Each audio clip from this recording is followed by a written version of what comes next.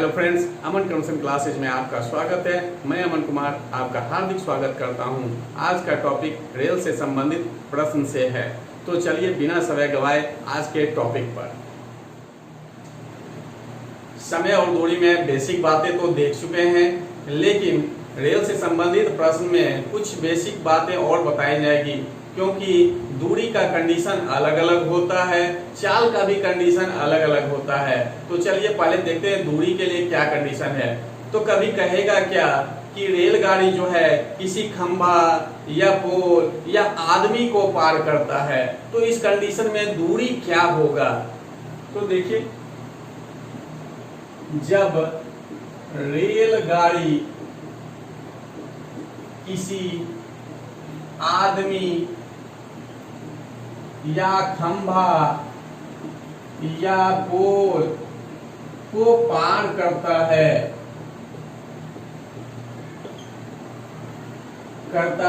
तो दूरी क्या होगा। दूरी क्या होगा, रेलगाड़ी की लंबाई।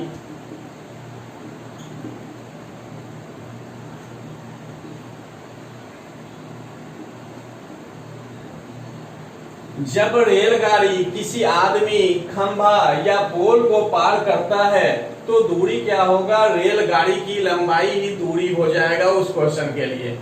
लेकिन जब कहे रेलगाड़ी किसी प्लेटफॉर्म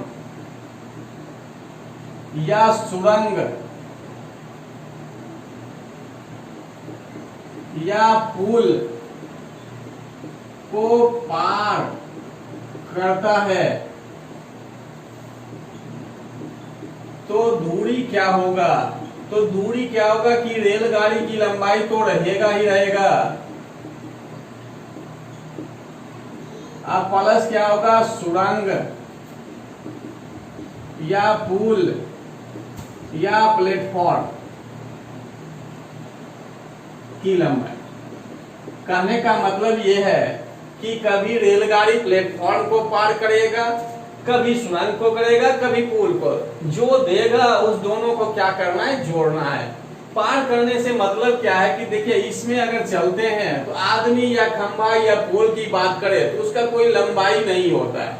तो देखिए, ये ट्रेन है आपका और यहाँ पर मान लीजिए यहीं पर आदमी है, यहीं पर या खंभा है या पोल है।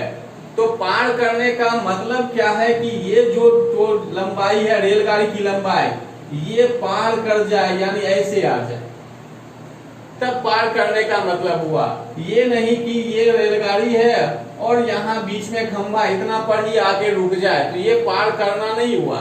पार करने का मतलब है कि पूरा पूरा उसके बाद हो। अब ज्यादा भी नहीं कि अब यहाँ है तो अब ज्यादा इतना दूरी हो गया, तब पार करने का मतलब होता है कि सिर्फ उसको क्रॉस कर जाए, जो उसका लास्ट किनारा हो उससे जस्ट पार हो जाए। तो ये हो गया पोल को या खंभा या जिसको भी कहे। तो इस कंडीशन में क्या था, सिर्फ रेलगाड़ी अपनी लंबाई को पार करता है, इसलिए ये दूरी हो गया क्या, रेलगाड़ी की लंबाई। लेकिन अब है क्या कि रेलगाड़ी प्लेटफॉर्म को पार कर रहा है। ये देखिए, रेलगाड़ी आपका हो गया। अब यहाँ पर मान लीजिए प्लेटफॉर्म यहीं पर है, अब इसको पार करना है तो पार करेगा। तो आपको लग रहा होगा कि ये पार कैसे करेगा, आगे प्लेटफॉर्म में, ऐसी बात नहीं है। कहने का मतलब है कि यहाँ जैसे रेलगाड़ी हो ऊपर से, जैसा आप देखते हैं स्टेशन पे, तो पार करने का मतलब क्या है कि ये जो है प्लेटफॉर्म पार कर जाए, यानी इस टाइप का बन जाए। ये पार कर गया, तो पार करना है क्या, ये तो अपना लंबाई पार करेगा जो पार किया, और क्या किया, प्लेटफॉर्म हो या सुरंग हो या पुल हो उसको भी पार कर रहा है। यानी अपना लंबाई तो पार किया ही, और साथ में क्या किया, पार सुरंग या प्लेटफॉर्म या पुल जो भी दिया है। इसलिए इस कंडीशन में देखिए दोनों की लंबाई को क्या किए, जोड़ दिए। और कभी क्वेश्चन में देगा कि एक दूसरे को पार करता है।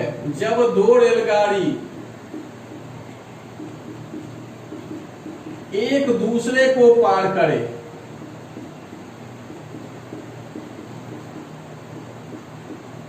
तो दूरी क्या होगा, तो दोनों रेलगाड़ी की लंबाई का योगफल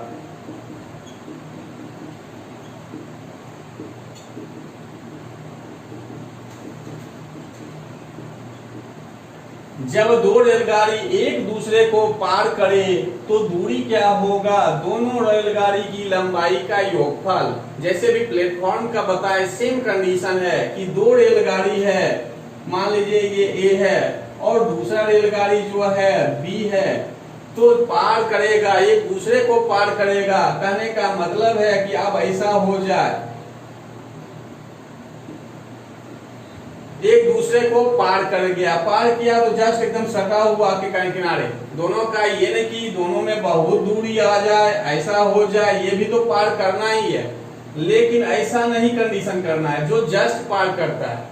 तो इस कंडीशन में क्या होता है कि पार तो अपना लंबाई ही कर रहा है दोनों कंडीशन में, चाहे इसे हो, तो जब लंबाई ही इसका क्या हो बन जाएगा? दूरी। दोनों रेलगाड़ी की लंबाई का योगफल ही क्या होगा? दूरी। तीन तो हो गया। चौथा कंडीशन, जब दो रेलगाड़ी एक दूसरे को पार करे तथा उनके बीच भी कुछ दूरी हो तो कुल दूरी क्या होगा? यानी रेलगाड़ी की लंबाई का योगफल तो होगा ही होगा,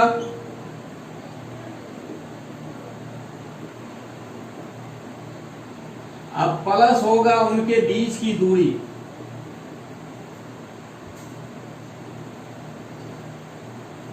अब जो है रेलगाड़ी के साथ क्या करा कि बीच में कुछ दूरी भी हो। कहने का मतलब दो रेलगाड़ी है ए और एक ये बी, और ये बीच में जो बच गया ये वाला भाग, ये दे दिया मान लीजिए 50 मीटर है दोनों के बीच।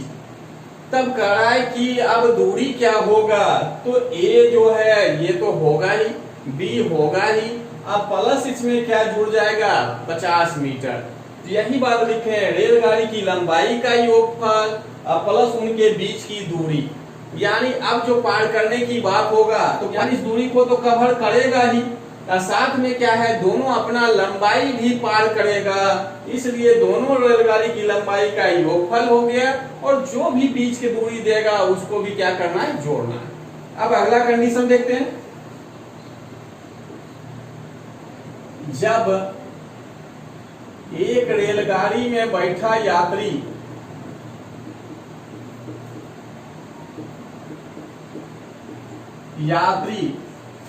दूसरी रेलगाड़ी को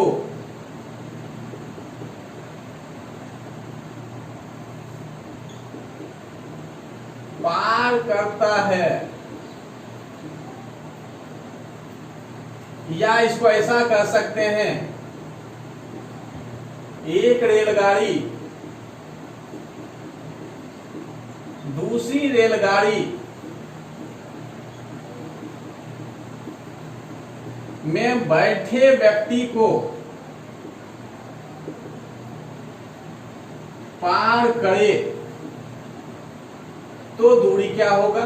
या ऐसा भी कह सकते हैं, एक रेलगाड़ी दूसरी रेलगाड़ी के चालक को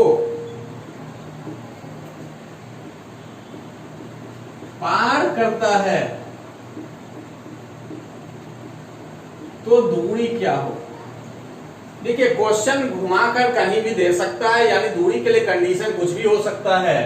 तो ये कहता है जब एक रेलगाड़ी में बैठा यात्री दूसरी रेलगाड़ी को पार करता है, और दूसरे कंडीशन में दिया एक रेलगाड़ी दूसरी रेलगाड़ी में बैठे व्यक्ति को पार करे, या कहे जब एक रेलगाड़ी दूसरी रेलगाड़ी के चालक को पार करता है तो दूरी क्या होगा? या कभी कह सकता है कि एक रेलगाड़ी में बैठा व्यक्ति अनुभव करता है कि दूसरी रेलगाड़ी इसको इतने सेकंड में पार कर गई, तो सबका कंडीशन एक ही है, यानी दूरी बराबर क्या होगा? जिस रेलगाड़ी में आदमी बैठा है या चालक बैठा है उस रेलगाड़ी की लंबाई 0 हो जाएगा,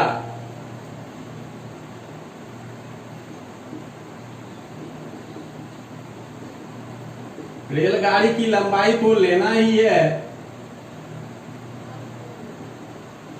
एक रेलगाड़ी की लंबाई लेना है, अर्थात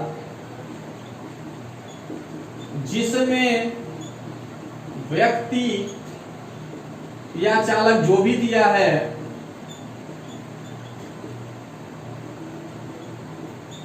उस रेलगाड़ी की लंबाई 0 होगी। कहने का मतलब है उसको नहीं लेना है, वो तो 0 हो जाएगा। यानी जिस रेलगाड़ी में व्यक्ति चालक बैठा हो उस रेलगाड़ी की लंबाई को क्या मानना है, 0, क्योंकि अभी आदमी से कंपेयर करना शुरू किया, ना कि उस ट्रेन से। तो इसलिए उस कंडीशन में उस ट्रेन की क्या हो जाएगा, लंबाई 0। यानी जो रेलगाड़ी पार कर रहा है बस उसी का लंबाई लेना है। आदमी बैठ गया जिस रेलगाड़ी में, उस रेलगाड़ी की लंबाई को नहीं लेना है। ऐसा नहीं करना है कि दोनों रेलगाड़ी की लंबाई को तुरंत जोड़ देंगे, अब इस कंडीशन में नहीं करना है, क्योंकि ध्यान रखना है कि आदमी की बात कर रहा है कि उसमें बैठा यात्री हो या चालक हो, तो उस कंडीशन में क्या होगा, उस रेलगाड़ी की लंबाई 0 मानना है, यानी उसको नहीं लेना है। और जो दूसरी रेलगाड़ी है जो पार कर रहा है उसको बस उसी का लंबाई लेना है। इसलिए लिख दिए एक रेलगाड़ी की लंबाई, दोनों का नहीं, एक रेलगाड़ी की लंबाई। तो ये दूरी वाला कंडीशन जो है अब समाप्त हो गया। अब चाल का कंडीशन देखते हैं। कुछ बेसिक बात जो पहले भी बता चुके हैं कि दूरी बराबर क्या होता है, चाल गुना समय। अब दूरी बराबर चाल गुना समय है तो कभी इसी में कह देगा कि चाल बराबर क्या होगा, तो ये इधर आएगा तो क्या हो जाएगा, भाग, तो दूरी बटे समय। और कभी इसी में समय पूछ देगा तो समय क्या हो जाएगा, ये 40 साइड आता तो दूरी बटे चाल। ये तो बेसिक बात पहले से ही क्लियर है। और जब ये क्लियर है तब एक बात और बताए थे इसमें, जब दो रेलगाड़ी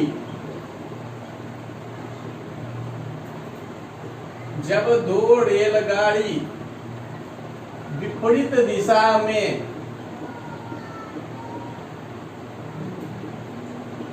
चलकर एक दूसरे को पार करे तो सापेक्ष चाल क्या होगा। सापेक्ष चाल तो देखिए विपरीत दिशा में कह रहा है, या इसके जगह पर दे सकता है क्या, एक दूसरे की ओर, एक दूसरे की ओर। थोड़ा सा आप समझ लेते हैं, उसके बाद देखेंगे सापेक्ष चाल क्या होता है। तो देखिए विपरीत दिशा में, एक मान लीजिए यहाँ A है और इधर B है, इधर से भी चल रहा है और इधर से भी चल रहा है। यानी एक गाड़ी जो है A से चल रहा है और एक गाड़ी B से चल रहा है। तो देखिए दोनों का डायरेक्शन क्या है, विपरीत दिशा है। यानी A से B की ओर है, B से A की ओर है। तो ये हो गया आपका विपरीत दिशा, या इसको आप कह सकते हैं एक दूसरे की ओर। एक दूसरे की ओर यानी A से चला B की ओर, B से चला इधर, तो दोनों तो एक दूसरे की ओर चल रहा है। तो इस कंडीशन में क्या है कि दोनों चल रहा है, तो दोनों चल रहा है एक ही डायरेक्शन यानी विपरीत दिशा में चल रहा है, यानी एक दूसरे की ओर चल रहा है। तो यहाँ क्या होगा, जल्दी मिलेगा। दोनों चल रहा है इसलिए जल्दी मिलेगा, जल्दी मिलेगा इसलिए यहाँ क्या करते हैं, चालों का योगफल। यानी जो चाल दिया रहेगा, कहने का मतलब अगर इसका चाल x किलोमीटर प्रति घंटा हो या x मीटर प्रति सेकंड हो, दूसरे का y किलोमीटर प्रति घंटा हो या y मीटर प्रति सेकंड हो, तो दोनों को क्या करेंगे, यहाँ पर जोड़ देंगे जब कहे विपरीत दिशा में या एक दूसरे की दिशा में। अब दूसरा कंडीशन है क्या, जब दो रेलगाड़ी एक ही दिशा में, या उसी को कह सकता है उसी की दिशा में चलकर एक दूसरे को पार करती है,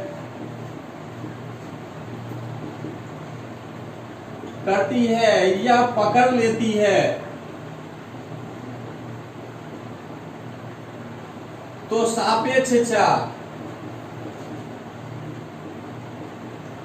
कहने का मतलब है क्या कि जब दो रेलगाड़ी एक दिशा में, ये आपका ए है और ये बी है, ए से चला और बी से भी चला, और कहता क्या है कि एक दिशा में, तो देखिए एक डायरेक्शन हो गया, या ऐसा भी हो सकता है इधर की ओर चले, ये हो गया क्या, एक दिशा,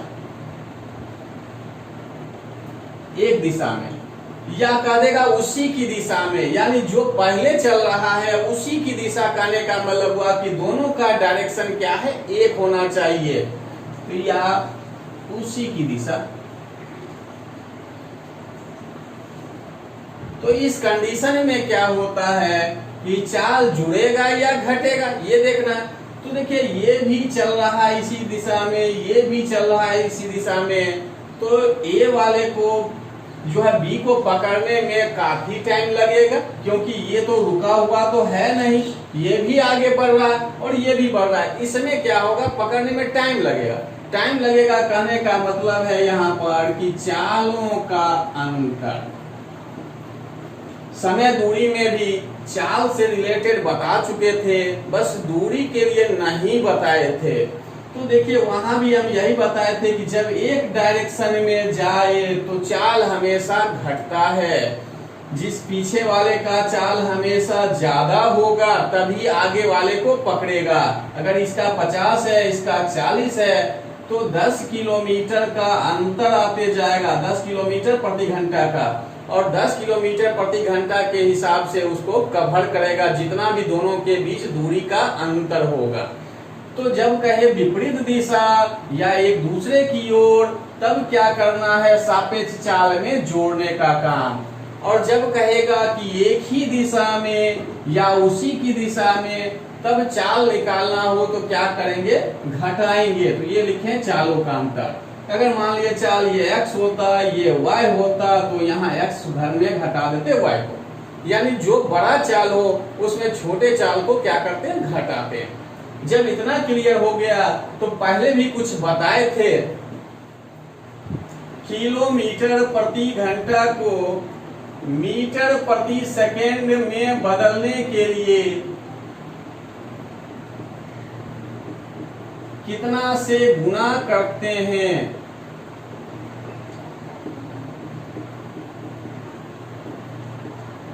तो उस वहां बताए भी थे कि जब किलोमीटर प्रति घंटा को मीटर प्रति सेकेंड में बदलना हो तो हम कितना से गुणा करते हैं, 5/18 से। और मीटर प्रति सेकेंड को अगर किलोमीटर प्रति घंटा में बदलना हो तो हम क्या करते हैं, 18/5 से गुणा, यानी किलोमीटर से मीटर प्रति सेकेंड वाले में जा रहे हैं तो 5/18 से, और मीटर प्रति सेकेंड से किलोमीटर प्रति घंटा में जा रहे हैं तो 18/5। कंफ्यूजन नहीं हो इसके लिए देखिए ये किलोमीटर प्रति घंटा बड़ा मान है और ये छोटा मान, तो देखिए ये छोटा हो गया 5/18, और देखिए मीटर प्रति सेकंड से किलोमीटर प्रति घंटा में जा रहे हैं, देखिए 18/5, ये जो है 5/18 से बड़ा है। तो ये ध्यान में रखिएगा, 5/18 के 18/5, तो बड़ा से छोटा में चेंज करना हो तो 5/18, और छोटा से बड़ा में करना हो तो 18/5। अब ये कैसे हुआ अभी बता देते हैं। तो देखिए किलोमीटर प्रति घंटा बराबर, इसको लिख सकते हैं 1 किलोमीटर बटे 1 घंटा। इसका मतलब होता है कि बटे में, और आगे कुछ नहीं लिखा, इस दोनों का मतलब है 1-1 है इसके साथ। तो देखिए 1 किलोमीटर बराबर होता क्या है, 1000 मीटर, और 1 घंटा बराबर क्या होता है, 3600 सेकेंड। तो यहाँ चेंज कर दिए, अब ऊपर हो गया 1000, यानी मीटर प्रति सेकेंड में बदल रहे हैं इसलिए मीटर वाले को अब लिए 1000, ऊपर हो गया मीटर, और नीचे घंटा बराबर हो गया कितना, 3600 सेकेंड। अब जो कटता है देखिए काट दीजिए, 2 से 5 बार में 18 बार, तो ये बन गया 5/18 मीटर प्रति सेकेंड। यानी कहने का मतलब है कि 1 किलोमीटर प्रति घंटा बराबर कितना हो गया, 5/18 मीटर प्रति सेकेंड। यानी इसी को हम गुना करते हैं मीटर प्रति सेकेंड में बदलने के लिए। अब कहा जाए मीटर प्रति सेकेंड को किलोमीटर प्रति घंटा में बदलना हो तो कितना से गुना करेंगे?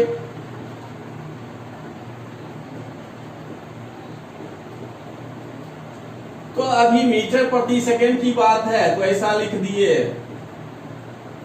तो ये ऊपर 1 मीटर नीचे 1 सेकेंड। अभी जस्ट बताएं कि आगे कुछ नहीं लिखा है, मतलब क्या है, 1 मीटर प्रति सेकेंड है, यानी 1 मीटर ऊपर 1 सेकेंड नीचे। तो जब इतना है तो इसी बात को अब देखिए अलग ढंग से लिखते हैं। 1000 मीटर बराबर अगर 1 किलोमीटर है तो 1 मीटर बराबर क्या हो जाएगा, ये 1000 उधर जाके भाग में ये किलोमीटर बन गया। उसी तरह से अब इसको देखते हैं, 3600 सेकेंड बराबर है 1 घंटा, तो 1 सेकेंड बराबर क्या होगा, 1/3600 घंटा।